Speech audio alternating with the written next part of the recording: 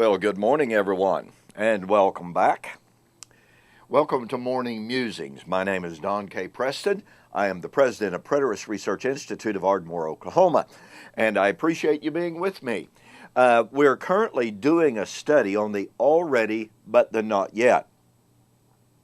And I'm focusing right now on John 5:24 to 29, because really there's not a text that I think seems to indicate this already but not yet motif than does these texts, because it speaks about the resurrection. And Jesus said the hour is coming and now is, and then he spoke of the hour is coming. Now, very clearly Jesus is talking about resurrection, because notice what he says in John 5:24. Most assuredly I say to you, the one who hears my word and believes me has everlasting life and will not come into judgment, but has passed from death to life. Most assuredly I say to you, the hour is coming, and now is, when the dead will hear the voice of the Son of God. Those who hear will live. Well, I don't know of very many commentators who deny that Jesus was talking about a process of, quote, resurrection that had begun. Well, then Jesus says, for as the Father is life in himself, so he has granted the Son to have life in himself, and has given him authority to execute judgment, also because he is the Son of Man. Do not marvel at this, for the hour is coming in which all who are in the graves will hear his voice and come forth, those who have done good to the resurrection of life, those who have done evil to the resurrection of condemnation. Now, it is generally claimed that Jesus has two separate resurrections in mind. One spiritual, followed by, in our future, another resurrection that is physical, the resurrection of the physical body out of the grave. And by the way, I used to take that position. The problem of it is, there's not one word in the text that suggests, and certainly not one word in the text that demands such an interpretation. Let's look at it like this. What is there from the text that changes the identity, the nature of the dead, from verse 24 and 25 and verse 28 and 29? They're the dead. Jesus doesn't say, now I'm talking about one kind of dead versus another kind of death. He does not do that. Oh, by the way, there are some who deny that there is such a thing as spiritual death. Well, then they've got a problem with verse 24 and 25, because the dead shall hear the voice of the Son of Man. But that's another topic, perhaps. Be that as it may, we have the dead who would hear the voice of the Son of Man. Those who are in the graves who would hear the voice of the Son of Man. Again, the question is, what is there in the text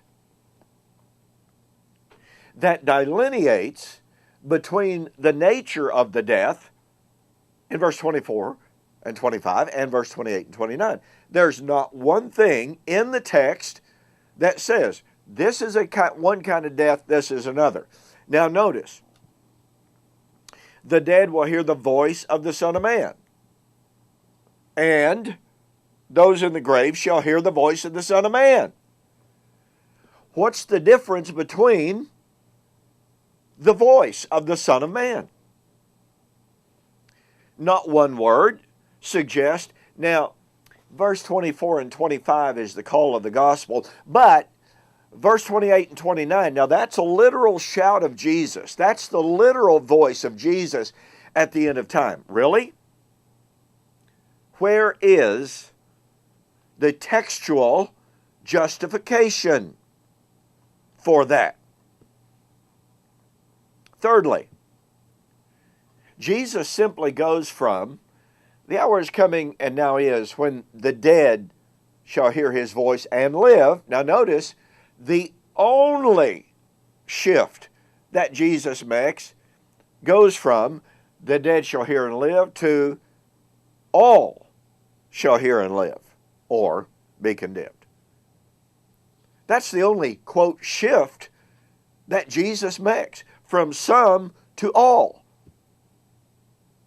Where is the textual justification for changing from the some being a spiritual reality to the all being a physical reality?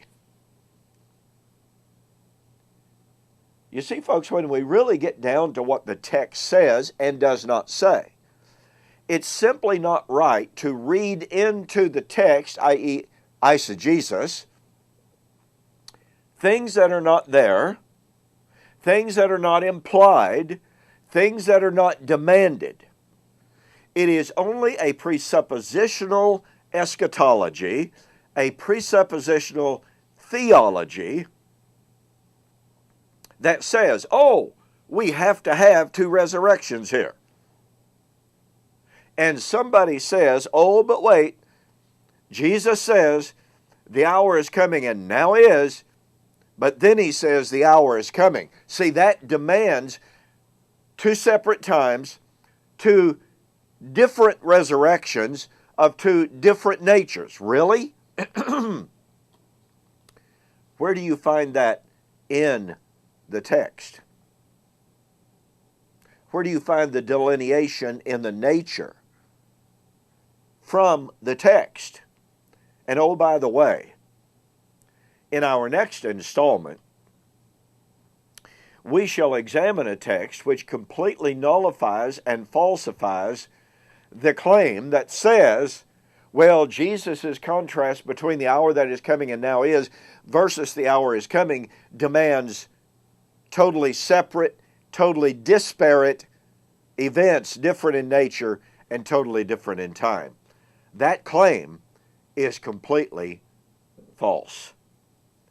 By the way, let me reiterate, the time is coming, and now is, and the time is coming very shortly, in which I'll be able to have the DVDs of my debate with Steve Gregg. That was September 6th through 8th in Denver, Colorado, September 6th through 8th, 2013. And I'll be able to start sending those out.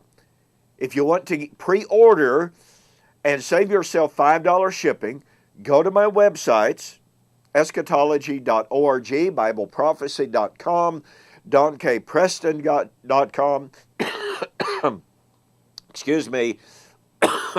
Follow the instructions on how to order your set or your copy of the Greg Preston debate. Look, you really, really have to have a copy of this, either DVDs or MP3s, okay?